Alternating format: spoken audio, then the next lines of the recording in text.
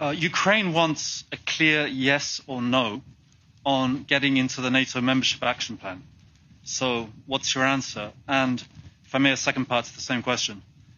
Well, now that Russia has invaded parts of Ukraine, does that effectively rule out Ukraine ever entering NATO, given that being in NATO would mean the US and NATO having to defend Ukrainians against Russia? Thank you. The second question is, the answer is no. The first question, it depends on whether they meet the criteria. The fact is they still have to clean up corruption. The fact is they have to meet other criteria to get into the action plan. And so it's, school's out on that question. It remains to be seen. In the meantime, we will do all that we can to put Ukraine in the position to be able to continue to resist Russian physical aggression.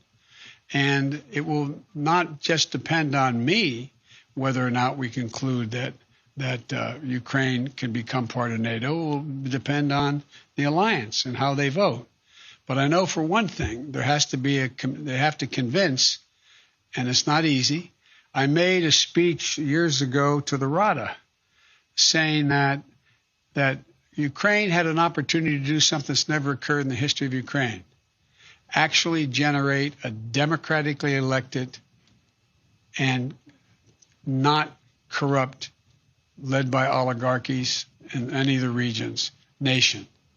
And I pointed out to them when I made that speech that they will go down in history as the founding fathers of Ukraine if, in fact, they do that. They have more to do. But that does not justify the fact they have more to do.